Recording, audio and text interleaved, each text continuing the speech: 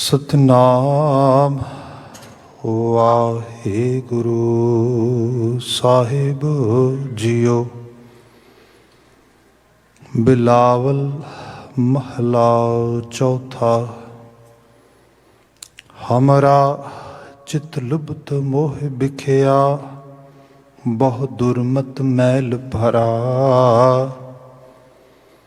ਤੁਮਰੀ ਸੇਵਾ ਕਰ ਨ ਸਕਹਿ ਪ੍ਰਭ, ਹਮ ਕਿਉ ਕਰ ਮੁਗਧ ਤਰਾ।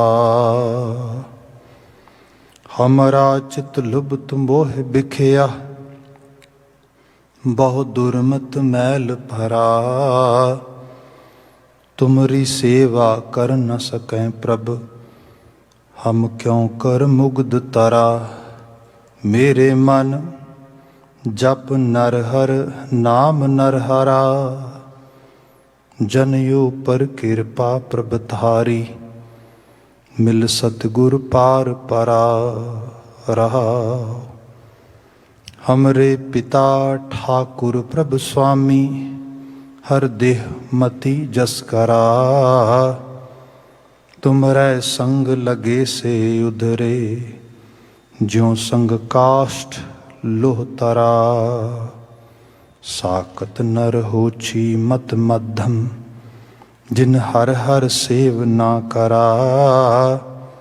ਤੇ ਨਰ ਭਾਗਹੀਨ ਦੁਹਚਾਰੀ, ਹੋਏ ਜਨਮ ਮੁਏ ਫਿਰ ਮਰਾ।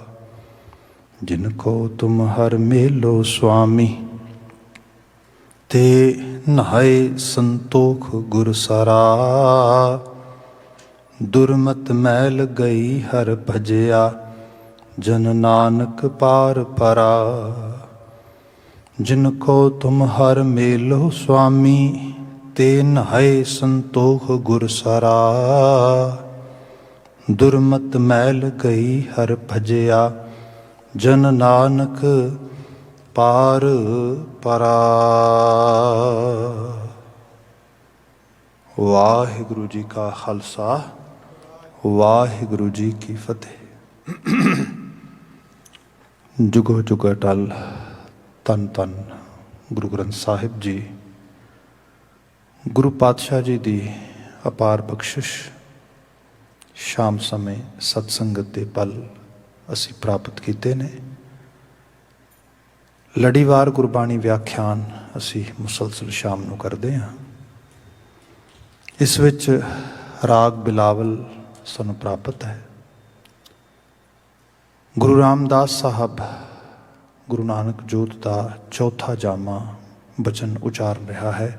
ਉਹਨਾਂ ਦੀ ਉਚਰਿਤ ਕੀਤੀ ਰਚਨਾ ਹੈ। ਸ਼ਬਦ ਜੋ ਆਪਨੇ ਸਰਵਨ ਕੀਤਾ ਹੈ, ਗਾਲਬਨ ਕੋ ਬੀਤੇ 2 ਰੋਜ਼ ਤੋਂ ਅਸੀਂ ਇਹਦੀ ਵਿਚਾਰ ਕਰਦੇ ਹਾਂ। ਅੱਜ ਯਤਨ ਹੋਏਗਾ ਜੋ ਰੈਸਟ ਆਫ ਦਾ ਪਾਰਟ ਸਾਡੇ ਕੋਲ ਸ਼ਬਦ ਦਾ ਹੈ, ਅਸੀਂ ਉਸ ਸਾਰੇ ਨੂੰ ਨਿਹਾਰ ਸਕੀਏ, ਵੇਖ ਸਕੀਏ। ਵਿਚਾਰ ਮੁੱਖ ਸੁਨੇਹੇ ਤੋਂ ਹੀ ਪ੍ਰਾਰੰਭ ਕਰ ਰਹੇ ਹਾਂ। ਇੱਕ ਸਰਸਰੀ ਨਜ਼ਰ ਦੇ ਨਾਲ ਸਾਹਿਬ ਜ਼ਿਕਰ ਕਰਦੇ, ਮੇਰੇ ਮਨ ਜਪ ਨਰ ਹਰ ਨਾਮ ਨਰ ਹਰਾ। ਜਨ ਉਪਰ ਕਿਰਪਾ ਪ੍ਰਭ ਧਾਰੀ, ਮਿਲ ਸਤਿਗੁਰ ਪਾਰ ਪਰਾ। ਆਪਣੇ ਮਨ ਨੂੰ ਸੰਬੋਧਨ ਆ ਸਾਨੂੰ ਸਿਖਾਇਆ ਜਾ ਰਿਹਾ ਹੈ।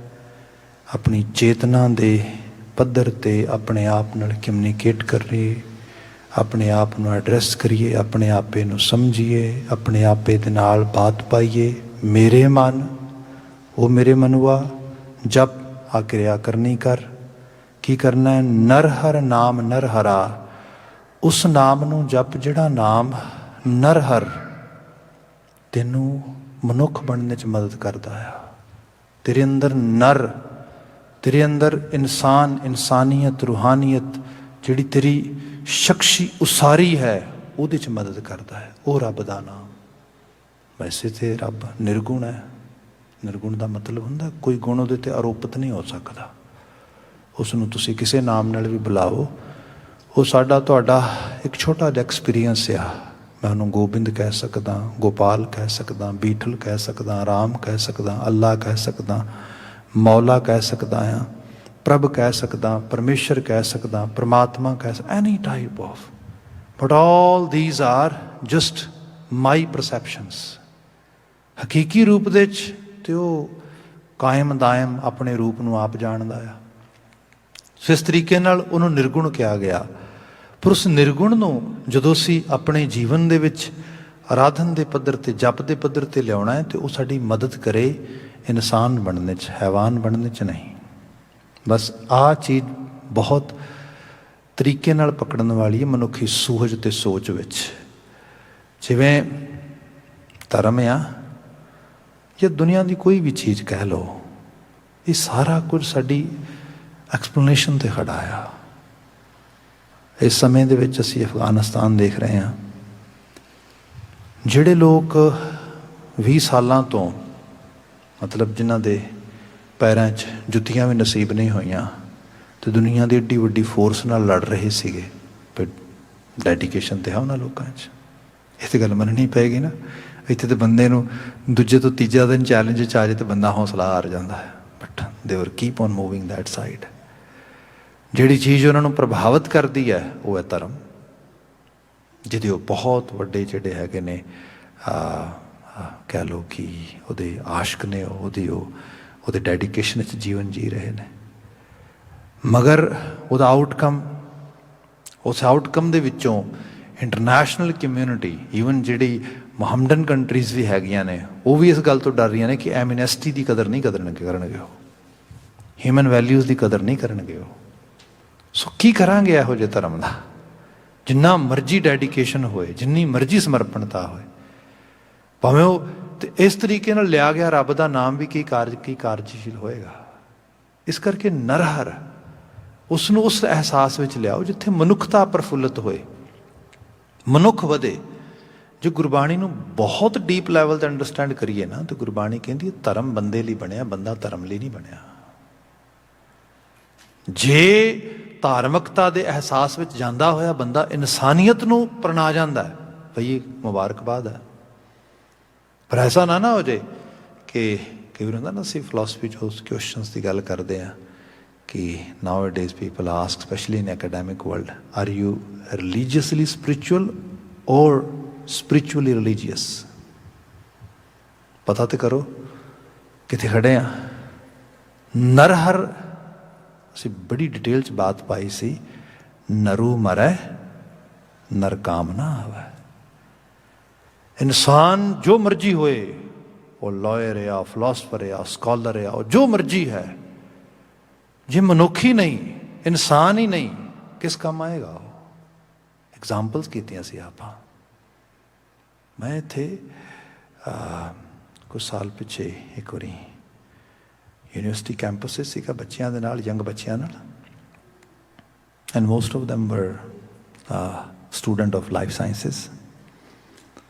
ਤਾਂ ਅਸੀਂ ਡਰੱਗਸ ਰਿਲੇਟਡ ਗੱਲਾਂ ਕਰ ਰਹੇ ਸੀਗੇ, ਅਤੇ ਮੈਂ ਉਹਨਾਂ ਤੋਂ ਇੰਝ ਕਹਿ ਲਓ ਕਿ ਇਨਸਾਈਡ ਇਨਫੋਰਮੇਸ਼ਨ ਲੈ ਰਿਹਾ ਸੀ ਵੀ ਕਿਸ ਕਿਸਮ ਦਾ ਇੱਥੇ ਮਾਹੌਲ ਹੈ ਸਬਸਟੈਂਸ ਬਾਰੇ ਅਤੇ ਸਾਰੇ ਬਾਰੇ। ਅਤੇ ਉਹਨਾਂ ਬੱਚਿਆਂ ਨੇ ਜੋ ਚੀਜ਼ਾਂ ਮੈਨੂੰ ਦੱਸੀਆਂ, ਦੋਜ਼ ਵਰ ਨੋਟ ਓਨਲੀ ਸ਼ੌਕਿੰਗ, ਦੋਜ਼ ਵਰ ਜਸਟ, ਮੈਨੂੰ ਤਾਂ ਉਹਨਾਂ ਨੇ ਜਿਹੜਾ ਹੈ ਸੰਦਬਧ ਕਰ ਦਿੱਤਾ। ਮਤਲਬ ਆਈ ਗੋਟ ਫਰੀਜ਼, ਇਹ ਵੀ ਹੋ ਰਿਹਾ, ਇੰਨਾ ਵੀ ਹੋ ਸਕਦਾ ਇਸ ਤਰੀਕੇ ਨਾਲ। ਹੁਣ ਇੱਕ ਕੈਮੀਕਲ ਮੈਨੂੰ ਦੱਸਿਆ, ਉਹ ਕੈਮੀਕਲ ਉਹ ਸਨਿਫ ਕਰਦੇ ਉੱਥੇ ਮੋਸਟਲੀ ਬੱਚੇ, ਅਤੇ ਉਹ ਹੈਲਪ ਕੀ ਕਰਦਾ ਉਹਨਾਂ ਦੀ ਕਿ ਸਾਡੇ ਨਾ 2 ਹਿਮਸਫੇਅਰ ਹੈਗੇ ਨੇ ਬ੍ਰੇਨ ਦੇ, ਲੈਫਟ ਐਂਡ ਰਾਈਟ।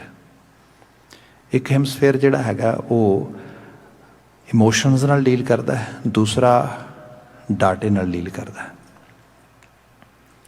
ਹੁੰਦਾ ਕਿ ਉਹ ਜਿਹੜੀ ਉਹ ਖਾਸ ਕਿਸਮ ਦਾ ਸਬਸਟੈਂਸ ਹੈ, ਜਦੋਂ ਸਨਿਫ ਕਰ ਲੈਂਦੇ ਅਤੇ ਉਹਦੇ ਨਾਲ ਜਿਹੜਾ ਹੈਮਸਫੀਅਰ ਇਮੋਸ਼ਨਸ ਦੇ ਨਾਲ ਡੀਲ ਕਰਦਾ ਆ, ਉਹਦੇ 'ਚੋਂ ਇੰਟਰਵੀਨ ਕਰਦਾ ਜਾ ਕੇ, ਉਹਨੂੰ ਉਹ ਮਤਲਬ ਇੱਕ ਤਰ੍ਹਾਂ ਦੇ ਨਾਲ ਨਮ ਕਰ ਦਿੰਦਾ। ਜਦੋਂ ਨਮ ਕਰ ਦਿੰਦਾ ਹੈ, ਅਤੇ ਜਿਹੜਾ ਡਾਟਾ ਬੇਸਡ ਹੈਮਸਫੀਅਰ ਹੈ, ਜਿਹੜੀ ਐਬਿਲਿਟੀ ਹੈ ਬ੍ਰੇਨ ਦੀ, ਉਹ ਵੱਧ ਜਾਂਦੀ ਹੈ। ਬਿਲਕੁਲ ਫੋਕਸ, ਇਨਫੋਰਮੇਸ਼ਨ ਸਿੱਧੀ ਅੰਦਰ ਗ੍ਰੈਬ ਕਰਦਾ ਬੰਦਾ। ਖਾਸ ਕਰਕੇ ਇਹੋ ਜਿਹੀਆਂ ਚੀਜ਼ਾਂ ਉਦੋਂ ਕਰਦੇ ਜਦੋਂ ਕੋਈ ਅਸਾਈਨਮੈਂਟ ਡਿਊ ਹੈ, ਜਦੋਂ ਕੋਈ ਐਗਜ਼ਾਮ ਆ ਰਿਹਾ, ਜਦੋਂ ਕੋਈ ਬਹੁਤ ਉਹਨਾਂ ਨੂੰ ਹਾਰਡ ਟਾਈਮ ਆ ਰਿਹਾ। ਠੀਕ ਹੈ, ਇਹ ਚੀਜ਼ ਹੋ ਗਈ। ਲੌਂਗ ਟਰਮ ਇਫੈਕਟ ਕੀ ਇਹਦਾ? ਲੌਂਗ ਟਰਮ ਇਫੈਕਟ ਇਹ ਹੈ ਕਿ ਬੰਦਾ ਜਿਸ ਨੂੰ ਕਹਿੰਦੇ ਨਾ ਕਿ ਜ਼ੋਂਬੀ ਬਣ ਗਿਆ, ਉਹਦੇ 'ਚ ਇਮੋਸ਼ਨਸ ਨਹੀਂ ਰਹਿਣਗੇ। ਸਪੋਜ਼ ਘਰ ਆਇਆ ਤੇ ਮਮ ਡੈਡ ਵੇਟ ਕਰ ਰਹੇ ਨੇ, ਚਲੋ ਅੱਜ ਡਿਨਰ ਇਕੱਠਾ ਕਰਾਂਗੇ। ਮਮ ਬਣਾ ਰਹੀ ਡਿਨਰ, ਮਤਲਬ ਦੁਪਹਿਰ ਤੋਂ ਲੱਗੀ ਆ, ਫਟਾਫਟ ਬੇਟਾ ਆਉਣ ਵਾਲਾ ਯੂਨੀਵਰਸਿਟੀ ਤੋਂ, ਬੇਟੀ ਆਉਣ ਵਾਲੀ ਹੈ। ਉਹ ਆਇਆ ਹਾਏ ਮਮ, ਹਾਏ ਡੈਡ, ਸਿੱਧਾ ਆਪਣੇ ਕਮਰੇ 'ਚ, ਹੱਦ ਹੋ ਗਈ। ਕੁਛ ਤੇ ਸਾਡਾ ਆ ਕੇ ਹਾਲ ਪੁੱਛੇ, ਸਾਨੂੰ ਪੁੱਛੇ mum how was your day, how was your weeks, I was missing you, ਕਿੱਦਾਂ ਹੈ ਤੂੰ, ਹੱਗ ਕਰੇ, ਕੁਛ ਕਰੇ, ਕੁਛ ਨਹੀਂ। ਜੇ ਆਵਾਜ਼ ਮਾਰੀ, ਬੇਟਾ actually dinner is ready, let's have dinner, you can eat, I will eat afterward. What, ਉਹ ਤਾਂ ਹੀ ਰੋਜ਼ ਹੀ ਖਾ ਰਹੇ ਹਾਂ। ਆਹ ਜਿਹੜੀ ਹੈ ਇਹ ਹੈ ਨਰੂ ਮਰ ਹੈ ਮਨੁੱਖਤਾ। ਇੱਕ ਚੀਜ਼ ਹੋਰ ਲੈ ਲਈਏ, ਜਿਨ੍ਹਾਂ ਨੂੰ ਅਸੀਂ ਬਹੁਤ, ਆਪਾਂ ਗੁਣਾਂ ਦੀ ਬਹੁਤ ਗੱਲ ਕਰਦੇ ਹਾਂ, ਉਹ ਬਾਣੀ ਸਾਰੀ ਗੁਣਾਤਮਕ ਪੱਖ 'ਤੇ ਖੜੀ ਹੈ। ਜਿਹੜੇ ਉਹ ਹਾਇਰ ਲੈਵਲ ਦੇ ਗੁਣਾਂ ਦੀ ਐਕਸਰਸਾਈਜ਼ ਕਰਨ ਦੀ ਗੱਲ ਕਰਦੇ ਨੇ, ਜਿਨ੍ਹਾਂ ਨੂੰ ਤੁਸੀਂ ਡਿਵਾਈਨ ਵਰਚੂਜ਼ ਕਹਿੰਦੇ ਹੋ, ਜਿਨ੍ਹਾਂ ਦੀ ਪੂਜਾ ਹੁੰਦੀ, ਦੈਵੀ ਗੁਣ, ਉਹਦੇ ਬਹੁਤ ਮਤਲਬ ਦਾਤੇ ਦਾ ਤਰਸ ਹੋਏ ਤੇ ਹੌਲੀ ਹੌਲੀ ਕਰਕੇ ਆਉਂਦੇ ਨੇ। ਜਿੱਥੇ ਬੰਦਾ ਆਮ ਵਿਵਹਾਰਿਕ ਗੁਣਾਂ ਨੂੰ ਨਹੀਂ ਅਪਣਾ ਪਾ ਰਿਹਾ, ਉਹ ਡਿਵਾਈਨ ਵਾਸਤੇ ਤੇ ਕਿੱਥੇ ਪ੍ਰੇ ਕਰੇਗਾ ਤੇ ਕਿੱਥੇ ਜਿਹੜਾ ਹੈਗਾ ਉਹ ਇਵਨ ਡਿਜ਼ਰਵ ਕਰੇਗਾ। ਇਸ ਕਰਕੇ ਬਾਬਾ ਜੀ ਨੇ ਬਿਆਨ ਕੀਤਾ, ਨਰ ਦੇ ਵਿੱਚ ਨਰ ਹੋਣਾ ਬੜਾ ਜ਼ਰੂਰੀ ਹੈ, ਮਨੁੱਖ 'ਚ ਮਨੁੱਖ ਹੋਣਾ ਬੜਾ ਜ਼ਰੂਰੀ ਹੈ, ਇਨਸਾਨ ਇਨਸਾਨੀਅਤ ਨੂੰ ਕਮਾਏ ਬੜਾ ਜ਼ਰੂਰੀ ਹੈ। ਤੇ ਜਦੋਂ ਤੁਸੀਂ ਬਾਣੀ 'ਚ ਪੜ੍ਹੋਗੇ ਵੀ, ਤੇ ਜਦੋਂ ਮਹਾਰਾਜ ਬੰਦਗੀ ਦੀ ਵੀ ਗੱਲ ਕਰਦੇ ਨੇ, ਉਦੋਂ ਵੀ ਪਹਿਲਾਂ ਉਹਨੂੰ ਰਿਅਲਾਈਜ਼ ਕਰਦੇ ਨੇ ਉਸ ਹਿਊਮਨ ਬੀਇੰਗ ਨੂੰ, ਤੂੰ ਬੰਦਾ ਆ। ਜਿਵੇਂ ਤੁਸੀਂ ਸ਼ਬਦ ਪੜ੍ਹਿਆ ਹੋਏ ਕਈ ਵਾਰੀ, ਮਿਹਰਬਾਨ ਸਾਹਿਬ ਮੇਰਾ ਮਿਹਰਬਾਨ ਜੀ, ਸਗਲ ਕੋ ਦੇ ਦਾਨ, ਤੂੰ ਕਾਹੇ ਡੋਲੇ ਪ੍ਰਾਣੀਆਂ ਤੁਧ ਰਾਖੇਗਾ ਸਿਰਜਨਹਾਰ, ਜਿਨ ਪਤਾਇਸ਼ ਤੂੰ ਕੀਆ ਸੋਈ ਦੇ ਆਧਾਰ। ਅੱਗੇ ਜਾ ਕੇ ਤੁਸੀਂ ਸ਼ਬਦ ਪੜ੍ਹਦੇ ਹੋ, ਕਰ ਬੰਦੇ ਤੂੰ ਬੰਦਗੀ, ਜਿੱਚਰ ਘਟ ਮੈਂ ਸਾਹ। ਕਿਆ ਉਹ ਬੰਦੇ, ਇਹ ਤੈਨੂੰ ਮੈਂ ਐਡਰੈਸ ਕਰ ਰਿਹਾ, ਮਤਲਬ ਆਹ ਕਰਮ ਤੇਰਾ ਕਰਨ ਵਾਲਾ ਆ। ਜੇ ਬੰਦੇ ਦੇ ਤਵਾਜ਼ਨ 'ਚ ਹੀ ਬੰਦਾ ਨਹੀਂ ਪੂਰਾ ਹੋ ਰਿਹਾ, ਤੇ ਬੰਦਗੀ ਤੇ ਬੜੀ ਦੂਰ ਦੀ ਗੱਲ ਹੈ। ਮਤਲਬ ਵੈਸੇ ਤੇ ਜਿਸ ਕਲਚਰ 'ਚ ਅਸੀਂ ਹੋਣਾ, ਇਹਦੇ 'ਤੇ dogs are very spiritual, cats are very spiritual, you know. ਮੈਨੂੰ ਕਈ ਵਾਰੀ ਹਾਸਾ ਵੀ ਆਉਂਦਾ, ਮਾਫੀ ਚਾਹਾਂਗਾ। ਕਈ ਵਾਰੀ ਲੋਕ ਕਹਿਣਗੇ, oh you know my cat is so spiritual, my dog is so spiritual. ਤੇ ਮੈਂ ਸੋਚਦਾ ਵੀ ਸਪਿਰਿਟ ਦੇ ਲੈਵਲ 'ਤੇ ਉਹ ਬਾਤ ਜਿਹੜੀ ਹੋ ਰਹੀ, ਉਹਨੂੰ ਅੰਡਰਸਟੈਂਡ ਤੇ ਕਰੋ ਪਹਿਲਾਂ। ਅਧਿਆਤਮੀ ਤਲ ਦੇ ਉੱਤੇ ਇੱਥੇ ਤੇ ਬੰਦੇ ਦੀ ਐਬਿਲਿਟੀ ਨਹੀਂ ਉਸ ਲੈਵਲ 'ਤੇ ਆ ਸਕੀ, ਬੰਦਾ ਨਹੀਂ ਅਹਿਸਾਸ ਸਕਿਆ, ਤੇ ਇੱਥੇ ਹਾਲਤ ਕੀ ਬਣੀ ਪਈ ਹੈ। ਪਰ ਇਹ ਹੈ ਨਰ ਬਣੇ ਉਸ ਤਰੀਕੇ ਦੇ ਨਾਲ। ਉਹਦੀ ਬਾਤ ਗੁਰੂ ਮਹਾਰਾਜ ਕਹਿੰਦੇ ਤਾਂ ਸਿਮਰਨ ਹੀ ਹੋ ਜਾਏ, ਰੱਬ ਨੂੰ ਹੀ ਨਰਹਰ ਕਿਹਾ ਜਾਏ, ਨਰਹਰੀ ਕਿਹਾ ਜਾਏ। ਉਹ ਹਰੀ ਜਿਹੜਾ ਮੈਨੂੰ ਮਨੁੱਖ ਬਣਨ 'ਚ ਮਦਦ ਕਰੇ, ਉਹਦਾ ਨਾਮ, ਉਹਦੀ ਹੋਂਦ ਜਿਹੜੀ ਮੈਨੂੰ ਮਾਨਵ ਪੱਖੀ, ਮੇਰੇ ਅੰਦਰ ਜਿਹੜੇ ਐਥਿਕਸ ਦੇ ਪੱਖ ਤੋਂ ਮੈਂ ਆਪਣੇ ਆਪ ਵਿੱਚ ਕੁਝ ਇੱਕ ਲੈਕਿੰਗ ਕਰ ਰਿਹਾ, ਮੈਂ ਉਹਨੂੰ ਇੰਪਰੂਵ ਕਰ ਸਕਾਂ। ਇਸ ਕਿਸਮ ਦੀ ਬਾਤ ਰਹਾ ਉਹਦਾ ਬੰਦ ਸੀਗਾ। ਜਨੀ ਉੱਪਰ ਕਿਰਪਾ ਪ੍ਰਭਤਾਰੀ ਮਿਲ ਸਤਿਗੁਰ ਪਾਰ ਪਰਾ। ਤੇ ਇਸ ਜਨ ਤੇ ਪ੍ਰਭੂ ਨੇ ਕਿਰਪਾ ਕੀਤੀ, ਸਤਿਗੁਰੂ ਦਾ ਸਹਾਰਾ ਮਿਲਿਆ, ਤੇ ਉਹਦੇ ਸਦਕਾ ਮੈਨੂੰ ਇਹ ਪਾਰ ਉਤਾਰਾ, ਮੇਰੇ ਜੀਵਨ 'ਚ ਇਹ ਅਪਲਿਫਟਿੰਗ ਹੋ ਗਈ। ਰਹਾਓ ਅੱਗੇ ਬਚਨ ਹੈ, ਹਮਰੇ ਪਿਤਾ ਠਾਕੁਰ ਪ੍ਰਭ ਸੁਆਮੀ ਹਰਦੇਹ ਮਤੀ ਜਸ ਕਰਾ। ਹਮਰੇ ਪਿਤਾ ਠਾਕੁਰ ਪ੍ਰਭ ਸੁਆਮੀ, ਮੈਂ ਰੱਬ ਨੂੰ, ਠਾਕੁਰ ਨੂੰ ਪਿਤਾ ਕਹਿ ਰਿਹਾ। ਇਸ ਤਰ੍ਹਾਂ ਕਹਿ ਲਓ, ਗੁਰੂ ਰਾਮਦਾਸ ਆਪਣੇ ਤੇ ਬਾਤ ਟੁਕਾ ਕੇ ਕਹਿੰਦੇ ਵੀ ਹਮਰੇ ਜਿਹੜਾ ਹੈਗਾ ਪਿਤਾ ਠਾਕੁਰ ਪ੍ਰਭ ਸੁਆਮੀ, ਸਾਡੇ ਪਿਤਾ ਠਾਕੁਰ ਪ੍ਰਭੂ ਅਕਾਲ ਪੁਰਖ ਵਾਹਿਗੁਰੂ ਨੇ। ਠੀਕ ਹੈ ਜੀ, ਬਾਤ ਸਮਝ ਆ ਗਈ ਵੀ ਉਹ ਸਾਡੇ ਪਿਤਾ ਨੇ। ਪਰ ਜਿਹੜਾ ਪਿਤਾ ਉਸ ਠਾਕੁਰ ਨੇ ਬਖਸ਼ਿਸ਼ ਕੀਤਾ ਆ, ਹਾਊ ਅਬਾਊਟ ਦੈਟ ਵਨ? ਉਸ ਪਿਤਾ ਨੂੰ ਮੈਂ ਸੁਣਾ ਵੀ ਨਾ, ਮੈਂ ਉਹਨੂੰ ਰਿਸਪੈਕਟ ਵੀ ਨਾ ਦੇਵਾਂ, ਮੈਂ ਉਹਦੇ ਨਾਲ ਸਨੇਹ ਵੀ ਨਾ ਕਰਾਂ, ਇਹ ਇਨਸਾਨੀਅਤ ਕਿੱਥੇ ਹੋ ਗਈ? ਫਿਰ ਤੁਸੀਂ ਗੁਰੂ ਗ੍ਰੰਥ ਸਾਹਿਬ ਦੀ ਬਾਣੀ ਨੂੰ ਪੜ੍ਹੋਗੇ ਤੇ ਬਾਣੀ ਪਤਾ ਕੀ ਕਹਿ ਰਹੀ ਹੈ? ਮਹਾਰਾਜ ਬਿਆਨ ਕਰਦੇ, ਗੁਰੂ ਰਾਮਦਾਸ ਸਾਹਿਬ ਦੇ ਸ਼ਬਦ ਬਚਨ ਨੇ, ਪੂਤ ਕਾਹੇ ਕੋ ਝਗਰਤ ਹੋ ਸੰਗ ਬਾਪ, ਜਿਨਕੇ ਜਿਣੇ ਵਡੀਰੇ ਤੁਮ ਹੋ ਤਿਨ ਸਿਓ ਝਗਰਤ ਪਾਪ।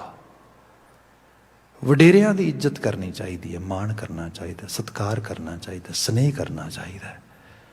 ਉਹਨਾਂ ਨੂੰ ਮੈਂ ਤਾਂ ਸਰਲ ਭਾਵ ਵਿੱਚ ਕਹਿਣਾ, ਇੱਥੇ ਬੀਇੰਗ ਏ ਕਾਉਂਸਲਰ ਸਾਨੂੰ ਦੋ ਚੀਜ਼ਾਂ ਕਿਸੇ ਨੂੰ ਪੁੱਛਣੀਆਂ ਨਹੀਂ ਪੈਂਦੀਆਂ, ਉਹਨੂੰ ਸਾਨੂੰ we have to report to authorities. One is child abuse and second is elder abuse. ਮਤਲਬ ਈਵਨ ਇੱਕ ਆਰਡੀਨਰੀ ਸਿਟੀਜ਼ਨ ਦੇ ਤੌਰ 'ਤੇ ਵੀ ਸਾਡੀ ਡਿਊਟੀ ਹੈ ਜੇ ਪਤਾ ਲੱਗ ਗਿਆ ਸੀ ਕਿਤੇ ਨਿਗਲੈਕਟ ਕੀਤਾ ਇਸ ਕਿਸਮ ਦੇ ਨਾਲ, ਜਾਂ ਅਸੀਂ ਕਿਤੇ ਇਸ ਨੂੰ ਜਿਹੜਾ ਹੈਗਾ ਅੱਖੋਂ ਪਰੋਖੇ ਕਰਨ ਦੀ ਟਰਾਈ ਕੀਤੀ ਹੈ, we are also with a part of same actually kind of crime, ਜੇ ਕਿਤੇ ਪ੍ਰੂਵ ਹੋ ਜਾਏ ਤੇ। ਸੋ ਬੜਾ ਜ਼ਰੂਰੀ ਹੈ ਕਿ ਇਸ ਲੈਵਲ 'ਤੇ ਇਸ ਨੂੰ ਬਿਲਕੁਲ ਨਹੀਂ ਟੋਲਰੇਟ ਕੀਤਾ ਜਾ ਸਕਦਾ। ਪਰ ਜਦੋਂ ਅਬਿਊਜ਼ ਦੀ ਗੱਲ ਆਉਂਦੀ ਹੈ ਤਾਂ ਸਾਡੇ ਟਾਈਮ ਟੂ ਟਾਈਮ ਬਹੁਤ ਇਹੋ ਜਿਹੇ ਕੋਰਸਿਸ ਵੀ ਹੁੰਦੇ ਨੇ ਜਿਹਦੇ 'ਚੋਂ ਸਾਨੂੰ ਐਥੀਕਲੀ ਸਾਊਂਡ ਕਰਨ ਵਾਸਤੇ ਇਹੋ ਜਿਹੇ ਕੋਰਸਿਸ ਦੀ ਰੈਪੀਟੀਸ਼ਨ ਹੁੰਦੀ ਹੈ, ਡਰਿਲਿੰਗ ਹੁੰਦੀ ਹੈ। ਅਤੇ ਉਹਦੇ ਵਿੱਚ ਕਰਦੇ ਕੀ ਕਿ ਉਹ ਗੱਲਾਂ ਕਰਦੇ ਵੀ ਚਾਈਲਡ ਮਤਲਬ ਜਿਹੜਾ ਐਲਡਰ ਅਬਿਊਜ਼ ਕੀ ਹੈਗਾ। ਅਤੇ ਮੈਂ ਤਾਂ ਬਹੁਤ ਸਿੰਪਲ ਕਈ ਵਾਰ ਇਹਨੂੰ ਵਰਡਸ ਵਿੱਚ ਬਿਆਨ ਕਰਦਾ ਕਿ ਜਿਹੜਾ ਘਰ ਦੇ 'ਚ ਕੋਈ ਬਜ਼ੁਰਗ ਬੈਠਾ ਐਲਡਰ ਸ਼ਖਸ ਆ, ਉਹਨੂੰ ਬਸ ਬੁਲਾਓ ਹੀ ਨਾ, ਇਹੀ ਬੜਾ ਵੱਡਾ ਅਬਿਊਜ਼ ਆ। ਉਸ ਨੂੰ ਤੁਸੀਂ ਕੋਲਡ ਸ਼ੋਲਡਰ ਕਰ ਦਿਓ, ਤੁਸੀਂ ਕੀ ਸਮਝਦੇ ਹੋ? ਇਹ ਮਤਲਬ ਛੋਟੀ ਤੋਂ ਛੋਟੀ ਚੀਜ਼ ਨੂੰ ਵੀ ਤੁਸੀਂ ਲਵੋ, ਉਹਦੀ ਡਿਸਰਿਸਪੈਕਟ ਕਰਨੀ, ਉਹਨੂੰ ਸਾਰਾ, ਇਹ ਤਾਂ ਬਾਅਦ ਦੀ ਗੱਲ ਹੈ, ਪਰ ਬੁਲਾਓ ਹੀ ਨਾ। ਸਾਡੇ ਬਹੁਤ ਸਕਾਲਰ ਪ੍ਰੋਫੈਸਰ ਨੇ, ਮਾਲਕ ਉਮਰ ਦਰਾਜ਼ ਰੱਖੇ ਉਹਨਾਂ ਨੂੰ, ਡਾਕਟਰ ਹਰਪਾਲ ਸਿੰਘ ਪੰਨੂ, ਤੁਸੀਂ ਸ਼ਾਇਦ ਨਾਮ ਸੁਣਿਆ ਹੋਇਆ, ਪੜ੍ਹਿਆ ਹੋਇਆ ਕਦੇ। ਬਹੁਤ ਮਤਲਬ ਮੈਂ ਜਿਵੇਂ ਕਥਾ ਕਰਦਾ ਹਾਂ, ਟਰਾਈ ਕਰਦਾ, ਮੈਂ ਕਰ ਤੇ ਨਹੀਂ ਸਕਦਾ ਕਹਿ ਸਕਦਾ, ਪਰ I try to do that. ਉਹ ਕਥਾ ਲਿਖਦੇ ਨੇ, ਕਿਤਾਬਾਂ ਲਿਖਦੇ, ਇੰਝ ਲੱਗਦਾ ਜਿਵੇਂ ਬਸ ਕਹਾਣੀ ਕਥਾ ਹੀ ਲਿਖ ਰਹੇ ਨੇ। ਮਤਲਬ ਬੰਦਾ ਜਿਵੇਂ ਆਪ ਪੁਰਾਣੇ ਸਮੇਂ ਸਾਖੀ ਸਾਹਿਤ ਦਾ ਹੁੰਦਾ ਸੀ ਨਾ, ਵੀ ਇੱਕ ਬੰਦਾ ਸੁਣਾ ਰਿਹਾ, ਦੂਜਾ ਕੋਲ ਬੈਠ ਕੇ ਹੁੰਗਾਰੇ ਭਰ ਰਿਹਾ ਵੀ ਹਾਂ ਐਵੇਂ ਨੈਕਸਟ ਚੈਪਟਰ। ਇਸ ਤਰੀਕੇ ਦੇ ਨਾਲ ਹੋ ਰਹੀ ਸਟੋਰੀ ਟੈਲਿੰਗ। ਬਹੁਤ ਕਮਾਲ ਦੇ ਛੋਟੇ ਛੋਟੇ ਪਰਸਨੈਲਿਟੀਜ਼ ਨੂੰ ਡਿਸਕਰਾਈਬ ਕਰਦੇ, ਇੰਸੀਡੈਂਟਸ ਨੂੰ ਡਿਸਕਰਾਈਬ ਕਰਦੇ। ਮੈਂ ਤੁਹਾਡੀ ਇਸ ਨਾਲ ਆਲ ਓਵਰ ਗਲੋਬ ਘੁੰਮਿਆ, ਬੜੇ ਸ਼ਹਿਰ ਘੁੰਮੇ, ਬੜੀਆਂ ਮਤਲਬ ਜਗ੍ਹਾ ਦੇਖੀਆਂ। ਕੁਝ ਜਗ੍ਹਾ, ਕੁਝ ਜਿਹੜੀਆਂ ਖਾਸ ਕਿਸਮ ਦੇ ਸ਼ਹਿਰ, ਉਹਨਾਂ ਦੇ ਮੈਂ ਕਿਤਾਬਾਂ 'ਚ ਕਥਾ ਦੇ ਜ਼ਰੀਏ ਪੜ੍ਹੇ। ਆਪ ਹੈਰਾਨ ਹੋਵੋਗੇ, ਮੈਂ ਉਵੇਂ ਵੇਖ ਵੀ ਨਹੀਂ ਪਾਇਆ ਉਹਨਾਂ ਸ਼ਹਿਰਾਂ ਨੂੰ ਜਿਵੇਂ ਉਹਨਾਂ ਵਿਖਾਏ ਕਿਤਾਬ ਵਿੱਚ। ਉਹ ਮੈਨੂੰ ਸ਼ਹਿਰ, ਉਹ ਲੋਕ ਜਾਂ ਤਾਂ ਜ਼ਿਆਦਾ ਚੰਗੇ ਲੱਗਣੇ ਸ਼ੁਰੂ ਹੋ ਗਏ ਕਿਉਂਕਿ ਉਹਨੇ ਵਿਖਾ ਏਡੇ ਵਧੀਆ ਦਿੱਤੇ। ਇਹੋ ਜਿਹੀ ਸ਼ਖਸੀਅਤ। ਖੈਰ, ਜਿਹੜੀ ਬਾਤ ਕਰਨ ਲੱਗਾ ਸੀ ਉੱਤੇ ਫੋਕਸ ਕਰਾਂ। ਉਹ ਕਹਿੰਦੇ ਕਿ ਮੈਂ ਯੂਨੀਵਰਸਿਟੀ ਪ੍ਰੋਫੈਸਰ ਸੀਗਾ, ਪੜ੍ਹਾਉਂਦਾ ਸੀ, ਯੂਨੀਵਰਸਿਟੀ ਕੈਂਪਸ ਵਿੱਚ ਅਸੀਂ ਰਹਿੰਦੇ ਸੀਗੇ। ਅਤੇ ਮੇਰੇ ਮਦਰ ਪਿੰਡੋਂ ਆਏ ਸੀਗੇ, ਅਤੇ ਉਸੇ ਸਮੇਂ ਦੇ ਵਿੱਚ ਮੇਰੀ ਮਦਰ ਇਨ ਲਾ ਉਹ ਆ ਗਏ। ਸ਼ਾਇਦ ਉਹ ਵੀ ਰਿਟਾਇਰਡ ਟੀਚਰ ਸੀਗੇ, ਬਹੁਤ ਕਹਿੰਦੇ ਜ਼ਹੀਨ ਅਤੇ ਬੜੇ ਸਲੀਕੇ ਵਾਲੇ, ਮਤਲਬ ਉਹ ਔਰਤ ਸੀਗੀ। ਮੇਰੀ ਮਾਂ ਸੀਗੀ। ਮੈਨੂੰ ਉਹਦਾ ਮਤਲਬ ਵਾਈਫ ਦੇ ਵੱਲੋਂ ਇੱਕ ਰਿਸ਼ਤਾ ਮਿਲਿਆ, ਮੈਨੂੰ ਉਹਦਾ ਬੜਾ ਇਹਤਰਾਮ ਅਤੇ ਬੜੀ ਮੈਂ ਇੱਜ਼ਤ ਵੀ ਕਰਦਾ ਉਹਨਾਂ ਦੀ। ਪਰ ਬਹੁਤ ਜ਼ਹੀਨ ਅਤੇ ਬੜੀ ਮਤਲਬ ਸਕਿੱਲ ਅਤੇ ਲੀਡਰਸ਼ਿਪ ਵਾਲੀ ਔਰਤ। ਖੈਰ, ਉਹ ਆਏ ਅਤੇ 2 ਕੁ ਦਿਨ ਇਕੱਠੀਆਂ ਰਹੀਆਂ, ਦੋਨੋਂ ਕੁੜਮਣੀਆਂ ਕਹਿ ਲਓ। ਤੀਸਰੇ ਕੁ ਦਿਨ ਮੈਂ ਯੂਨੀਵਰਸਿਟੀ ਤੋਂ ਵਾਪਸ ਆਇਆ, ਅਤੇ ਵਾਪਸ ਆ ਕੇ ਰੂਟੀਨ ਦੇ ਵਿੱਚ ਮੈਂ ਦੋਨਾਂ ਮਾਵਾਂ ਨੂੰ ਆ ਕੇ ਮਤਲਬ ਉਹਨਾਂ ਨੂੰ ਨਮਸਕਾਰ ਕੀਤੀ, ਉਹਨਾਂ ਨੂੰ ਰਿਸਪੈਕਟ ਪੇ ਕੀਤੀ, ਵਾਈਫ ਨਾਲ ਗੱਲਬਾਤ ਕੀਤੀ। ਅਤੇ ਫਿਰ ਮੈਂ ਆਪਣੇ ਛੋਟਾ ਮੇਰਾ ਬੱਚਾ ਸੀਗਾ, ਮੈਂ ਉਹਦੇ ਨਾਲ ਪਲੇ ਕਰਨ ਲੱਗ ਗਿਆ, ਗੱਲਾਂ ਬਾਤਾਂ ਕਰਨ ਲੱਗ ਗਿਆ। ਮੇਰੀ ਸੱਸ ਮੇਰੇ ਕੋਲ ਆਈ ਅਤੇ ਉਹ ਕਹਿਣ ਲੱਗੀ, ਬੇਟਾ whenever you have time I want to talk to you. ਕਹਿੰਦਾ ਮੇਰਾ ਥੋੜ੍ਹਾ ਦਿਲ ਧੜਕਿਆ ਵੀ ਕੀ ਗਲਤੀ ਕਰਤੀ ਮੈਂ, ਵੀ ਮੈਨੂੰ ਸਪੈਸੀਫਿਕਲੀ ਪ੍ਰਾਈਵੇਟਲੀ ਮੇਰੀ ਸਾਸੂ ਮਾਂ ਨੇ ਹੁਣ ਬੁਲਾਉਣਾ ਹੈ ਅਤੇ ਕੁਛ ਪਤਾ ਲੱਗੇ ਇਹਦੇ ਬਾਰੇ। ਖੈਰ, ਕਹਿੰਦਾ ਜੀ, ਮੈਂ ਕਿਹਾ ਵੀ ਮਾਂ ਜੀ ਗੱਲ ਇਹ ਹੈ ਕਿ ਆਪਾਂ ਇਹ ਗੱਲ ਦੇਰ ਪਾਉਣੀ ਨਹੀਂ, ਆਪਾਂ ਹੁਣੇ ਕਰਦੇ ਹਾਂ। ਮੈਂ ਕਿਉਂਕਿ ਮੇਰੇ ਅੰਦਰ ਤਾਂ ਉਨੀ ਦੇਰ ਤੱਕ ਚੈਨ ਨਹੀਂ ਮਿਲਣਾ ਜਿੰਨੇ ਦੇਰ ਤੱਕ ਮੈਂ ਗੱਲ ਨਹੀਂ ਪੂਰੀ ਸੁਣਾ। ਖੈਰ, ਉਹ ਕਹਿੰਦੀ ਨਹੀਂ, ਫਿਰ ਚਲੋ ਫਿਰ ਅਸੀਂ ਵਾਕ 'ਤੇ ਚਲੇ ਗਏ, ਸ਼ਾਇਦ ਇਸ ਤਰ੍ਹਾਂ ਕੁਝ ਲਿਖਦਾ। ਉਹ ਕਹਿੰਦੀ, ਬੇਟਾ ਮੈਂ ਨੋਟਿਸ ਕੀਤਾ ਪਿਛਲੇ 2 ਦਿਨਾਂ ਦੇ ਵਿੱਚ ਤੁਸੀਂ ਆਪਣੀ ਮਾਂ ਦੇ ਨਾਲ ਆ ਕੇ ਗੱਲਬਾਤ ਨਹੀਂ ਕਰਦੇ। ਉਹ ਕਹਿੰਦੇ, ਮਾਂ ਜੀ ਸ਼ੁਕਰੀਆ ਤੁਹਾਡਾ, ਤੁਸੀਂ ਸਾਡੇ ਪਰਿਵਾਰ ਦਾ ਇੰਨਾ ਖਿਆਲ ਕਰਦੇ ਹੋ, ਪਰ ਮੈਨੂੰ ਜਿੱਥੋਂ ਤੱਕ ਖਿਆਲ ਆ ਮੈਂ 2 ਦਿਨਾਂ 'ਚ ਧਿਆਨ ਫਿਰ ਮਾਰ ਲੈਣਾ ਦੁਬਾਰਾ। ਬਹੁਤ ਸਲੀਕੇ ਵਾਲੇ ਲੋਕ, ਇਹੋ ਜਿਹੇ ਲੋਕਾਂ ਤੋਂ ਅਦਬ ਸਿੱਖਣਾ ਹੁੰਦਾ, ਅਦੀਬ ਲੋਕ ਨੇ। ਅਤੇ ਉਹ ਕਹਿੰਦੇ ਗੱਲ ਇਹ ਹੈ ਕਿ ਮੈਂ ਦੁਬਾਰਾ ਝਾਤ ਮਾਰ ਕੇ ਦੇਖ ਲੈਣਾ ਇੱਕ ਵਾਰੀ ਫਿਰ, ਪਰ ਮਾਂ ਜੀ ਮੈਂ ਜਦੋਂ ਜਾਣ ਲੱਗਣਾ ਸਵੇਰੇ ਉੱਠਦਾ ਆ ਉਦੋਂ ਫਤਿਹ ਬੁਲਾਉਣਾ, ਜਦੋਂ ਜਾਣ ਲੱਗਦਾ ਉਦੋਂ ਫਤਿਹ ਬੁਲਾਉਣਾ, ਜਦੋਂ ਹੁਣ ਵੀ ਤੁਹਾਡੇ ਸਾਹਮਣੇ ਆਇਆ ਵਾਂ ਅਤੇ ਮੈਂ ਆ ਕੇ ਉਹਨਾਂ ਨੂੰ ਆ ਕੇ ਫਿਰ ਦੁਬਾਰਾ ਫਤਿਹ ਬੁਲਾਈ ਹੈ, ਉਹਨਾਂ ਦਾ ਥੋੜ੍ਹਾ ਹਾਲ ਚਾਲ ਪੁੱਛਿਆ। ਤੇ ਉਸ ਤੋਂ ਬਾਅਦ ਫਿਰ ਕਹਿੰਦੇ ਬੇਟਾ ਇੰਨਾ ਬੁਲਾਉਣਾ ਥੋੜ੍ਹਾ ਹੁੰਦਾ, ਐਵੇਂ ਤੇ ਘਰ 'ਚ ਪੈਟ ਰੱਖਿਆ ਕੋਈ ਉਹਨੂੰ ਵੀ ਬੁਲਾ ਲਏਗਾ। ਬੇਟਾ ਤੂੰ ਆ ਕੇ ਉਹਨਾਂ ਨਾਲ ਬੈਠ ਕੇ ਗੱਲਬਾਤ ਕੀਤੀ। ਕਹਿੰਦੇ ਮਾਂ ਵੀ ਮੈਂ ਕੀ ਗੱਲ ਕਰਾਂ ਉਹਨਾਂ ਨਾਲ, ਹੁਣ ਕਹਿੰਦੇ ਸਾਰਾ ਦਿਨ ਬਤੀਤ ਕਰਕੇ ਤੇਰੇ ਕੋਲ ਕੋਈ ਗੱਲ ਨਹੀਂ ਹੈ। ਕਹਿੰਦੇ ਸਾਰਾ ਦਿਨ ਮੈਂ ਉੱਥੇ ਪ੍ਰੋਫੈਸਰਸ ਦੇ ਨਾਲ ਜਿਹੜਾ ਰਿਹਾ ਵਾਂ, ਮੈਂ ਉੱਥੇ ਸਟੂਡੈਂਟਸ ਦੇ ਨਾਲ ਲਿਟਰੇਚਰ ਪੜ੍ਹਿਆ, ਲਿਟਰੇਚਰ ਦੀਆਂ ਗੱਲਾਂ ਹੋਈਆਂ, ਸਾਡੀਆਂ ਮੀਟਿੰਗਸ ਹੋਈਆਂ, ਡੀਨਸ ਦੇ ਨਾਲ ਗੱਲਾਂ ਬਾਤਾਂ, ਐਡਮਿਨਿਸਟ੍ਰੇਟਿਵ ਲੈਵਲ ਦੀਆਂ ਗੱਲਾਂ, ਇਹੋ ਜਿਹੀਆਂ ਗੱਲਾਂ ਬਾਤਾਂ ਹੋਈਆਂ। ਮਾਂ ਵਿਚਾਰੀ ਨੇ ਪੜ੍ਹਿਆ, ਉਹਨੂੰ ਮੈਂ ਕਿਵੇਂ ਸਮਝਾਵਾਂ ਕਿ ਉਹਨੂੰ ਤਾਂ ਪਤਾ ਹੀ ਕੁਛ ਨਹੀਂ। ਤੇ ਕਹਿੰਦੇ ਮੇਰੇ ਸਾਸੂ ਮਾਂ ਹੱਸ ਪਏ ਤੇ ਹੱਸ ਕੇ ਕਹਿਣ ਲੱਗੇ ਤੇਰਾ ਬੇਟਾ ਕਿੰਨੇ ਸਾਲ ਦਾ ਹੈ? ਕਹਿੰਦਾ ਮਾਂ ਜੀ ਕੀ ਗੱਲਾਂ ਕਰਦੇ ਹੋ? ਕਹਿੰਦੇ ਨਹੀਂ ਕਿੰਨੇ ਸਾਲ ਦਾ? ਕਹਿੰਦੇ 1.5 ਸਾਲ ਦਾ। ਕਹਿੰਦੇ ਅੱਛਾ, ਉਹਨੂੰ ਆ ਕੇ ਤੇ ਸਾਰਾ ਕੁਝ ਦੱਸ ਰਿਹਾ ਸੀ ਤੂੰ, ਉਹਨੂੰ ਤੇ ਆ ਕੇ ਦੱਸ ਰਿਹਾ ਸੀਗਾ ਵੀ ਅੱਜ ਤੇਰੇ ਡੈਡ ਨੂੰ ਨਾ ਪਤਾ VC ਨੇ ਬੁਲਾਇਆ, ਅੱਜ ਤੇਰੇ ਡੈਡ ਨੂੰ ਆਹ ਚੀਜ਼ ਮਿਲੀ, ਅੱਜ ਉਹਨੂੰ ਸਾਰਾ ਪਤਾ। ਜਦੋਂ ਇਹ ਬਾਤ ਕਹੀ ਕਹਿੰਦੇ ਫਿਰ ਮੈਨੂੰ ਅਹਿਸਾਸ ਹੋਇਆ ਉਹ ਐਕਚੁਅਲੀ ਆਹ ਗੱਲ ਆ। ਹਕੀਕਤ ਇਹ ਹੈ ਜਿਹੜੀ ਹਿਊਮਨ ਇੰਟਰੈਕਸ਼ਨ ਮੈਂ ਉਸ ਦਿਨ ਵੀ ਬਾਤ ਕੀਤੀ ਸੀ, ਮਨੁੱਖਤਾ ਉਦੋਂ ਹੀ ਸੰਗਤ ਕੀ ਹੈ। ਆਪ COVID-19 ਹੋਇਆ, ਆਈਸੋਲੇਸ਼ਨ, ਲੋਕਾਂ ਨੂੰ ਪਤਾ ਲੱਗਾ ਆਈਸੋਲੇਸ਼ਨ ਕੀ ਹੁੰਦੀ ਹੈ। ਹਾਲਾਂਕਿ ਫੈਮਿਲੀਜ਼ ਦੇ ਕੋਲ ਸੀਗੀਆਂ, ਪਰ ਇੱਕ ਪੂਰੀ ਇੰਟਰੈਕਸ਼ਨ ਜਿਹੜੀ ਹੈ, ਇਹ ਸਾਰਾ ਰੂਪ ਜਿਹੜਾ ਆ, ਇਸ ਨੂੰ ਬੰਦਾ ਨਾ ਮਿਸ ਕਰੇ। ਮੈਂ ਕਹਿੰਦਾ ਵੀ ਰੱਬ ਜੀ ਤੂੰ ਮੇਰਾ ਪਿਤਾ ਆ, ਬਿਲਕੁਲ ਠੀਕ ਹੈ। ਉਸ ਪਰਮ ਪਿਤਾ ਨੇ ਪਿਤਾ ਇੱਥੇ ਵੀ ਬਖਸ਼ਿਆ ਇੱਕ, ਉਸ ਪਰਮ ਹਸਤੀ ਨੂੰ ਮੈਂ ਕਹਿੰਦਾ ਤੂੰ ਮੇਰੀ ਮਾਂ ਆ, ਉਹਨੇ ਮਾਂ ਇੱਥੇ ਵੀ ਬਖਸ਼ੀ ਇੱਕ। ਤੂੰ ਉਹਦੇ ਪ੍ਰਤੀ ਕਿੰਨਾ ਅਵੇਅਰ ਆ। ਇਹ ਹੈ ਮਨ, ਇਹ ਜਪ, ਇਹ ਆਰਾਧ ਨਰ ਹਰ, ਇਹ ਰੂਪ ਲੈ ਕੇ ਆ। ਅਸੀਂ ਅਹਿਸਾਸ ਕਰੀਏ ਜੇ ਇਸ ਰੂਪ ਦੇ 'ਚ ਅਸੀਂ ਬਾਣੀ ਨੂੰ ਸਮਝ ਸਕਾਂਗੇ, ਐਗਜ਼ੀਕਿਊਟ ਕਰ ਸਕਾਂਗੇ, ਅਪਲਾਈ ਕਰ ਸਕਾਂਗੇ। ਕੀ ਸਮਝਦੇ ਆ? ਸਾਡੀ ਸੈਲਵੇਸ਼ਨ ਨਹੀਂ ਹੋਏਗੀ। ਸੈਲਵੇਸ਼ਨ ਤੇ ਹੋ ਗਈ, ਸਾਡੀ ਮੁਕਤੀ ਤੇ ਹੋ ਗਈ। ਜ਼ਮੀਰ ਤੇ ਬੋਝ ਕਾਹਦਾ ਹੋਏਗਾ? ਆਉਂਦੇ ਸਮੇਂ 'ਚ ਕਿਸ ਚੀਜ਼ ਤੋਂ ਬੰਦੇ ਨੂੰ ਜਿਹੜੀ ਹੈ ਦਿੱਕਤਦਾਰੀ ਆਏਗੀ, ਤੰਗੀ ਆਏਗੀ, ਕਿਹੜੀਆਂ ਚੀਜ਼ਾਂ? ਜਦੋਂ ਬੰਦਾ ਇਸ ਲੈਵਲ ਤੇ ਇੱਕ ਰੰਗ ਹੋਰ ਕਰਕੇ ਫਿਰ ਬਚਨ ਸਾਰੇ ਨੂੰ ਅਸੀਂ ਜਿਹੜਾ ਟ੍ਰਾਂਸਲੇਟ ਕਰ ਲੈਂਦੇ ਹਾਂ। ਮੇਰੇ ਬੜੇ ਪਿਆਰੇ ਮਿੱਤਰ ਨੇ ਕੈਲੀਫੋਰਨੀਆ ਦੇ ਵਿੱਚ, ਬਿਜ਼ਨਸਮੈਨ ਨੇ ਬੜੇ। ਤੇ ਇੱਕ ਵਾਰੀ ਕੀ ਹੋਇਆ ਕਿ ਅਸੀਂ ਉਹਨਾਂ ਦੇ ਉਹਨਾਂ ਦੀ ਬੜੀ ਵੱਡੀ ਚੇਨ ਆ, ਡਿਫਰੈਂਟ ਫਰੈਂਚਾਈਜ਼ ਦੀ। ਤੇ ਉੱਥੇ ਗਏ ਤੇ ਉੱਥੇ ਜਾ ਕੇ ਮੈਂ ਕਿਹਾ ਵੀ ਅੰਕਲ ਜੀ ਬਜ਼ੁਰਗ ਨੇ, ਏਜਡ ਨੇ ਕਾਫੀ, ਤੇ ਮੈਂ ਅੰਕਲ ਜੀ ਵੀ ਮੈਨੂੰ ਥੋੜ੍ਹਾ ਤੁਸੀਂ ਨਾ ਉਤਾਰ ਦਿਓ, ਮੈਂ ਰੈਸਟ ਕਰਨਾ, ਸ਼ਾਮ ਦਾ ਵੱਡਾ ਦੀਵਾਨ, I have to rest and then study little bit. ਉਹ ਕਹਿੰਦੇ ਨਹੀਂ ਯਾਦ ਤੂੰ ਪਹਿਲਾਂ ਦੱਸਦਾ, ਹੁਣ ਤੈਨੂੰ ਮੇਰੇ ਨਾਲ ਉਹ ਪਲਾਜ਼ੇ 'ਚ ਜਾਣਾ ਪੈਣਾ। ਮੈਂ ਕਿਹਾ ਜੀ ਉਹ ਕਿਉਂ? ਕਹਿੰਦੇ ਵੀ ਤੂੰ ਮੇਰਾ ਇੰਟਰਪ੍ਰੇਟਰ ਆ, ਤੂੰ ਇੰਟਰਪ੍ਰੀਟੇਸ਼ਨ ਕਰੇਗਾ ਉੱਥੇ, ਕਿਉਂਕਿ ਸਟੋਰ ਤੇ ਜਾਣਾ ਮੈਂ ਚਲਾ ਗਿਆ। ਮੈਂ ਕਿਹਾ ਮਜ਼ਾਕ ਕਰਦੇ ਹੋਣੇ ਨੇ। ਉੱਥੇ ਗਏ ਤੇ ਵਾਕਿਆ 'ਚ ਉਹਨਾਂ ਦਾ ਵਰਕਰ ਆਇਆ ਤੇ ਉਹਦੇ ਨਾਲ ਗੱਲਬਾਤ ਕੀਤੀ, ਤੇ ਮੈਂ ਇੰਟਰਪ੍ਰੇਟਰ ਦੇ ਤੌਰ 'ਤੇ ਰੋਲ ਪਲੇ ਕੀਤਾ। ਉਹਨੇ ਗੱਲ ਨੂੰ ਸਮਝ ਆਈ।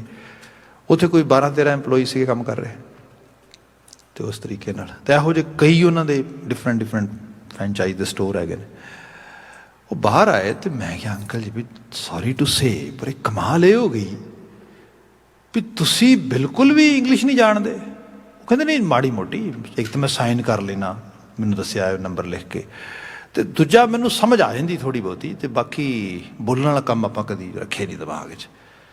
ਮੈਂ ਕਿਹਾ ਅੰਕਲ ਜੀ ਵੀ ਕਮਾਲ ਹੀ ਹੈ, ਤੁਹਾਨੂੰ ਸਲਿਊਟ ਹੀ ਹੈ, ਐਡਾ ਵੱਡਾ ਬਿਜ਼ਨਸ ਰਨ ਕਰ ਰਹੇ ਹੋ ਸਾਰਾ ਕੁਛ। ਕਹਿੰਦੇ ਹਾਂ ਹੁਣ ਮੈਂ ਤੈਨੂੰ ਉਹ ਗੱਲ ਦੱਸ ਦੇਣਾ।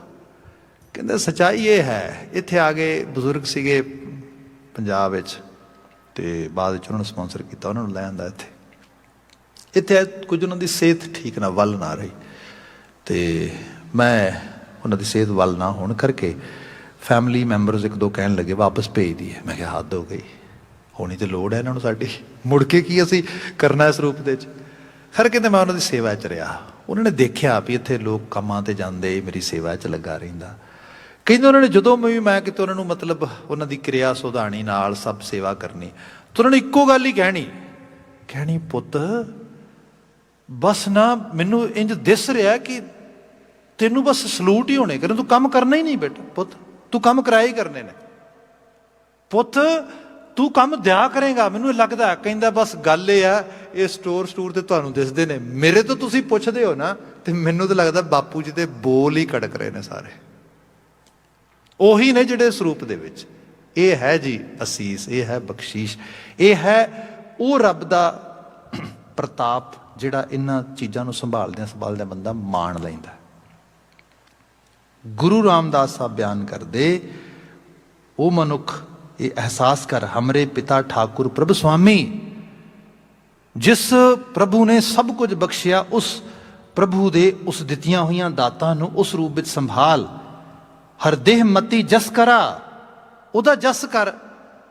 ਬੰਦਾ ਬੈਠ ਕੇ ਪਾਠ ਕਰਦਾ ਹੋਏ, ਪਿਤਾ ਨੂੰ ਪਾਣੀ ਵੀ ਨਾ ਪੁੱਛਾ, ਪਿਤਾ ਆਵਾਜ਼ ਦੇ ਕੇ ਕਹੇ ਤੇਰੇ ਪਾਠ ਕਰਨ ਦਾ ਕੀ, ਮੈਂ ਨਾ ਤੂੰ ਮੇਰੀ ਗੱਲ ਤੇ ਸੁਣਦਾ ਨਹੀਂ।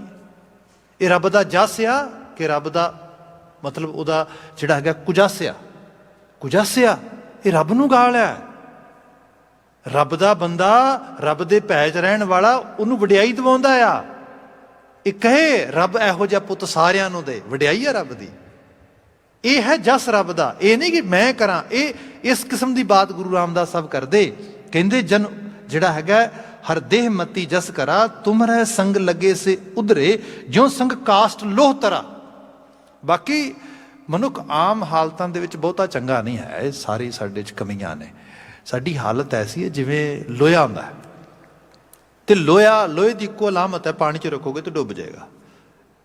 ਪਰ ਇੱਕ ਚੀਜ਼ ਪੱਕੀ ਹੈ, ਲੋਹਾ ਲੱਕੜ ਦੇ ਨਾਲ ਲੱਗ ਜੇ ਤੇ ਬਸ। ਇਹ ਲੱਕੜ ਜਿਹੜੀ ਹੈ ਰੱਬ ਦਾ ਨਾਂ ਆ, ਲੱਕੜ ਜਿਹੜੀ ਹੈ ਗੁਰੂ ਦਾ ਪੈ ਹੈ, ਰੱਬ ਦਾ ਪੈ ਹੈ। ਜਿਵੇਂ ਹੀ ਇਹਦਾ ਸੰਗ ਮਿਲਿਆ ਤੇ ਜਿਹੜੀ ਲੋਹ ਹੈ ਕਾਸ਼ਟ ਦੇ ਨਾਲ ਤਰ ਜਾਏਗਾ ਇਸ ਰੂਪ ਦੇ ਵਿੱਚ। ਇਹ ਫਿਰ ਇਹ ਵੀ ਅਹਿਸਾਸ ਕਰੀਏ, ਬਾਣੀ ਦਾ ਭਜਨ ਪ੍ਰਤਾਪ ਹੋਣਾ, ਰੱਬ ਤੇ ਗੁਰੂ ਦੇ ਭੈ ਭਾਵ ਵਿੱਚ ਰਹਿਣਾ, ਮਨੁੱਖੀ ਮਨ ਮੰਡਲ ਦੀ ਦੁਨੀਆ ਦੇ ਵਿੱਚ ਇਹਦਾ ਅਹਿਸਾਸ ਬੰਦੇ ਨੂੰ ਕਈ ਲੈਵਲ ਤੇ ਲੈ ਆਉਂਦਾ ਆ। ਮੈਂ ਪਹਿਲਾਂ ਬਾਤ ਕੀਤੀ ਰਿਸ਼ਤਿਆਂ ਦੀ ਕਦਰ ਕਰਨੀ, ਬਜ਼ੁਰਗਾਂ ਦੀ ਕਦਰ ਕਰਨੀ, ਸਭ। ਪਰ ਬੰਦੇ ਦਾ ਮਨ ਵੀ ਤਾਂ ਉਸ ਲੈਵਲ ਤੇ ਆਏ। ਇਸ ਕਰਕੇ ਬਾਣੀ ਪੜ੍ਹੋ, ਮਨ ਉਸ ਲੈਵਲ ਤੇ ਆਏ। ਇਸ ਕਰਕੇ ਇਸ ਕਾਸਟ ਨਾਲ ਜੁੜੋ ਤਾਂ ਕਿ ਇਹ ਲੋਹਾ ਜਿਹੜਾ ਆ ਡੁੱਬ ਨਾ ਜਾਏ, ਕਾਸਟ ਨਾਲ ਲੜ ਕੇ ਤਰ ਜਾਏ। ਉਹਦੀ ਬਾਤ ਹੋ ਰਹੀ ਹੈ ਇਹਦੇ 'ਚ। ਸਾਹਿਬ ਨੇ ਬਿਆਨ ਕੀਤਾ, ਤੁਮਰੇ ਸੰਗ ਲੱਗੇ ਸੇ ਉਧਰੇ, ਜਿਉਂ ਸੰਗ ਕਾਸਟ ਲੋਹ ਤਰਾ। ਕਿਆ ਸਾਕਤ ਨਰ ਹੋਛੀ ਮਤ ਮੱਧਮ, ਜਿਨ ਹਰ ਹਰ ਸੇਵ ਨਾ ਕਰਾ। ਸਾਕਤ ਹੁੰਦਾ ਸ਼ਕਤੀ ਦੀ ਆਸਥਾ ਰੱਖਣ ਵਾਲਾ। ਅੱਜ ਹੀ ਕੋਈ ਸੱਜਣ ਮੈਨੂੰ ਬਾਤ ਕਰ ਰਹੇ ਸੀਗੇ ਕਿ ਕੁਝ ਸਟੋਰੀਜ਼ ਮੈਂ ਪੜ੍ਹ ਰਿਹਾ ਸੀਗਾ ਸੋਸ਼ਲ ਮੀਡੀਆ 'ਤੇ, ਪੰਜਾਬ ਦੇ ਵਿੱਚ ਬਜ਼ੁਰਗਾਂ ਤੋਂ ਜ਼ਮੀਨ ਲਿਖਾ ਲਈ ਤੇ ਘਰੋਂ ਕੱਢਤਾ, ਇਹੋ ਜਿਹੀਆਂ ਚੀਜ਼ਾਂ ਹੋਈਆਂ। ਹੁਣ ਉਹ ਕੀ ਸਾਕਤ ਮੱਤਾ ਹੀ ਹੁੰਦੀ, ਸ਼ਕਤੀ ਦਾ ਪੁਜਾਰੀ, ਸ਼ਕਤੀ ਦਾ ਆਸਥਾ ਰੱਖਣ ਵਾਲਾ। ਜਸਟ ਮਾਇਆ, ਦੌਲਤ, ਸਰਮਾਇਆ, ਪੈਸਾ, ਬਸ ਇਹਦੀ ਖਾਸੀਅਤ ਹੈ ਸਾਰੇ ਦੀ ਸਾਰੇ ਉਸ ਰੂਪ ਦੇ ਵਿੱਚ। ਪਿੱਛੇ ਕਰਕੇ ਇੱਕ ਸਟੱਡੀ ਆਈ ਸੀ ਇੰਡੀਆ ਦੇ ਵਿੱਚ ਹੀ ਸਪੈਸੀਫਿਕਲੀ, ਮੈਂ ਉਹ ਥੋੜ੍ਹੀ ਪੜ੍ਹੀ ਸੋਸ਼ੀਓਲੋਜੀ ਦੇ ਵਿੱਚ, ਅਤੇ ਉਹ ਸਟੱਡੀਜ਼ ਦੇ 'ਚ ਇਹ ਪਤਾ ਲੱਗਾ ਕਿ ਬੰਦਿਆਂ ਦੇ ਮੁਕਾਬਲੇ ਮਾਵਾਂ ਨੂੰ ਬਿਰਧ ਆਸ਼ਰਮ ਜ਼ਿਆਦਾ ਛੱਡ ਕੇ ਆਉਂਦੇ ਲੋਕ। ਹਾਲਾਂਕਿ ਸਾਡੇ ਖਿੱਤੇ 'ਚ ਉੱਥੇ ਮਤਲਬ ਮਾਂ ਬਾਰੇ ਬਹੁਤ ਕੁਝ ਕਿਹਾ ਜਾਂਦਾ। ਮੈਨੂੰ ਇੱਕ ਵਾਰੀ ਕੁਝ ਨਜ਼ਮ ਦੇ ਟੁਕੜੇ ਅੱਖਰ ਉਸ ਰੂਪ ਵਿੱਚ ਕੁਰੇਦਣ ਦਾ ਮੌਕਾ ਬਣਿਆ ਵੀ ਲੋਕੀ ਕਹਿੰਦੇ ਮਾਂ ਸਰਗਾਂ ਦੀ ਛਾਂ, ਮੈਂ ਕਹਿੰਦਾ ਨਾ ਮਾਂ ਤੂੰ ਇਸ ਤੋਂ ਵੀ ਅਗਾਂਹ। ਮਤਲਬ ਕਹਿੰਦੇ ਵੀ ਸਵਰਗ ਦੀ ਛਾਂ ਮਾਂ ਆ, ਪਰ ਮਾਂ ਤੋਂ ਉਸ ਤੋਂ ਵੀ ਵੱਡਾ ਰੁਤਬਾ ਆ। ਕਹਿੰਦੇ ਮਾਂ ਦੇ ਪੈਰਾਂ 'ਚ ਸਵਰਗ ਹੁੰਦਾ ਸਾਰਾ ਕੁਝ। ਪਰ ਇਹ ਸਭ ਕੁਝ ਹੋਣ ਦੇ ਬਾਵਜੂਦ ਵੀ ਔਰਤਾਂ ਜ਼ਿਆਦਾ ਬਿਰਧ ਆਸ਼ਰਮ 'ਚ ਰੁਲ ਰਹੀਆਂ। ਇਹ ਸਭ ਚੀਜ਼ਾਂ ਹੋਈਆਂ। ਮੁੜ ਕੇ ਸਟੱਡੀ 'ਚ ਪਤਾ ਲੱਗਾ ਨਹੀਂ ਅਸਲ 'ਚ ਨਾ ਮਾਂ ਦੇ ਪੈਰਾਂ 'ਚ ਤੇ ਸਵਰਗਾਂ ਦੀ ਛਾਂ ਹੁੰਦੀ, ਤੇ ਬਾਪ ਨੂੰ ਕਿਉਂ ਮਤਲਬ ਉਹ ਉਸ ਮੁਕਾਬਲੇ ਘੱਟ ਨੇ। ਕਿਉਂ? ਕਿਉਂਕਿ ਉਹਦੇ ਪੈਰਾਂ 'ਚ ਪ੍ਰਾਪਰਟੀ ਹੁੰਦੀ ਹੈ। ਲਾਲਚ ਤੇ ਉੱਥੇ ਪਿਆ ਆ। ਬੰਦਾ ਉਸ ਰੂਪ ਦੇ ਵਿੱਚ ਜਿਹੜਾ ਹੈਗਾ ਉਹ ਸਵਾਰਥ ਦੇ ਮਾਰਿਆ ਹੋਇਆ ਤੁਰ ਰਿਹਾ। ਅਦਰਵਾਈਜ਼ ਜੇ ਉਹਦੇ ਕੋਲ ਚੀਜ਼ ਨਾ ਹੋਏ ਤੇ ਫਿਰ ਉਹਦੀ ਵੀ ਕੇਅਰ ਨਹੀਂ ਹੈ। ਸਾਕਤ ਮਤੀਆ ਜੋ ਹੋਇਆ, ਇਹ ਹੈ ਸ਼ਕਤੀ ਦੀ ਆਸਥਾ। ਸਿਰਫ ਆਪਣਾ ਸਵਾਰਥ, ਆਪਣਾ ਲਾਲਚ ਹੀ ਅੱਗੇ ਰੱਖਿਆ। ਗੁਰੂ ਬਾਬਾ ਜੀ ਬਿਆਨ ਕਰਦੇ, ਸਾਕਤ ਨਰ ਹੋਛੀ ਮਤ ਮੱਧਮ। ਹੋਛੀ ਮਤ ਹੀ ਕਹਾਂਗੇ ਇਸ ਚੀਜ਼ ਨੂੰ ਕਿ ਜਦੋਂ ਜੋ ਅਮਲ ਸਾਡਾ ਬਣਦਾ ਉਹ ਨਾ ਕੀਤਾ ਜਾਏ।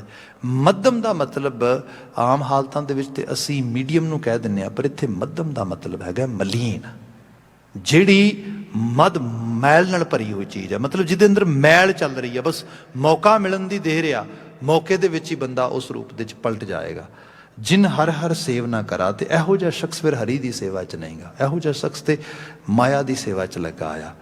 ਤੇ ਨਰ ਭਾਗਹੀਨ ਦੁਹਚਾਰੀ, ਉਹ ਜਨਮ ਹੋਏ ਫਿਰ ਮਰਾ। ਤੇ ਨਰ ਭਾਗਹੀਨ ਦੁਹਚਾਰੀ, ਉਹ ਭਾਗਾਂ ਦੇ ਮਾਰੇ ਹੋਏ ਦੁਹਚਾਰੀ ਨੇ। ਉਹਨਾਂ ਦੇ ਕੋਲ ਸ਼ਿਸ਼ਟ ਆਚਾਰ ਨਹੀਂ ਆਏਗਾ, ਮਨੁੱਖੀ ਆਚਾਰ ਨਹੀਂ ਆਏਗਾ। ਫਿਰ ਕਿਆ? ਉਹ ਜਨਮ ਹੋਏ ਫਿਰ ਮਰਾ। ਇੱਥੋਂ ਹੀ ਫਿਰ ਉਹ ਇਹ ਜਨਮ ਤੇ ਗਿਆ ਹੀ ਗਿਆ। ਤੇ ਫਿਰ ਮਰਾ, ਫਿਰ ਜੰਮ ਜੰਮ ਕੇ ਫਿਰ ਮਰਨਗੇ, ਫਿਰ ਉਸ ਰੀਇਨਕਾਰਨੇਸ਼ਨ ਦੇ ਸਾਈਕਲ 'ਚ ਪਏ ਰਹਿਣਗੇ। ਜਿਨ ਕੋ ਤੁਮ ਹਰ ਮੇਲੋ ਸੁਆਮੀ ਤੇ ਨਾਏ ਸੰਤੋਖ ਗੁਰਸਰਾ। ਸੰਤੋਖ ਕੰਟੈਂਟਮੈਂਟ, ਅੰਦਰ ਦੀ ਕੰਪਲੀਟ ਸੈਟਿਸਫੈਕਸ਼ਨ ਦੀ ਗੱਲ ਹੁੰਦੀ। ਇਹ ਸਰੋਵਰ ਗੁਰੂ ਦਿੰਦਾ ਤੇ ਇਹਦੇ 'ਚ ਨਹਾਤਾ ਜਾ, ਇਹ ਅਕਲ ਦਾ ਸਰੋਵਰ ਆ। ਤੇ ਸਭ ਕਹਿੰਦੇ ਜਿਨ ਕੋ ਤੁਮ ਹਰ ਮੇਲੋ ਸੁਆਮੀ, ਪਰ ਇਹ ਤੂੰ ਮਲਾਏ, ਤੂੰ ਇਸ ਸਰੋਵਰ ਦਾ ਰਾਹ ਵਿਖਾਏ ਦਾਤਾ, ਤਾਂ ਬਾਤ ਬਣਦੀ। ਬਿਲਕੁਲ ਅੰਤਰੀ ਲਾਈਨ ਹੈ।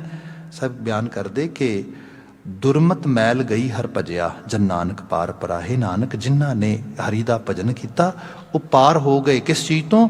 ਦੁਰਮਤ ਮੈਲ ਗਈ, ਜਿਹੜੀ ਮੈਲ ਵਿੱਚ ਪਈ ਹੋਈ ਦੁਰਮਤ ਆ, ਜਿਹੜਾ ਕੋਝਾਪਨ ਆ, ਉਹ ਹਟ ਗਿਆ। ਸਾਹਿਬ ਰਹਿਮਤ ਕਰਨ, ਇਹਨਾਂ ਆਲਮੀ ਵਾਕਿਆਂ 'ਚੋਂ ਚੰਗੇਰੀ ਪ੍ਰੇਰਣਾ ਮਿਲੇ, ਗੁਰਮਤੀਏ ਹੋ ਸਕੀਏ। ਇੰਨੀਆਂ ਕੁ ਬੇਨਤੀਆਂ ਨਾਲ ਖਿਮਾ। ਹਮੇਸ਼ਾ ਦੀ ਤਰ੍ਹਾਂ ਕਿਰਸਾਨੀ ਸੰਘਰਸ਼ ਨਾਲ ਜੂਝ ਰਹੇ ਮਾਈ ਭਾਈ ਦੀ ਸਫਲਤਾ ਦੀ ਅਰਦਾਸ ਕਰਦੇ ਹੋਏ ਸਮਾਪਨ ਕਰਨੇ ਆ। ਢਾਡੀ ਵੀਰ ਆ ਗਏ ਨੇ, ਅਗਲੀ ਹਾਜ਼ਰੀ ਉਹ ਭਰਨਗੇ। ਆਵਾਜ਼ ਦੇ ਕੇ ਕਹਿ ਦੇਣਾ ਜੀ, ਵਾਹਿਗੁਰੂ ਜੀ ਕਾ ਖਾਲਸਾ, ਵਾਹਿਗੁਰੂ ਜੀ ਕੀ ਫਤਿਹ।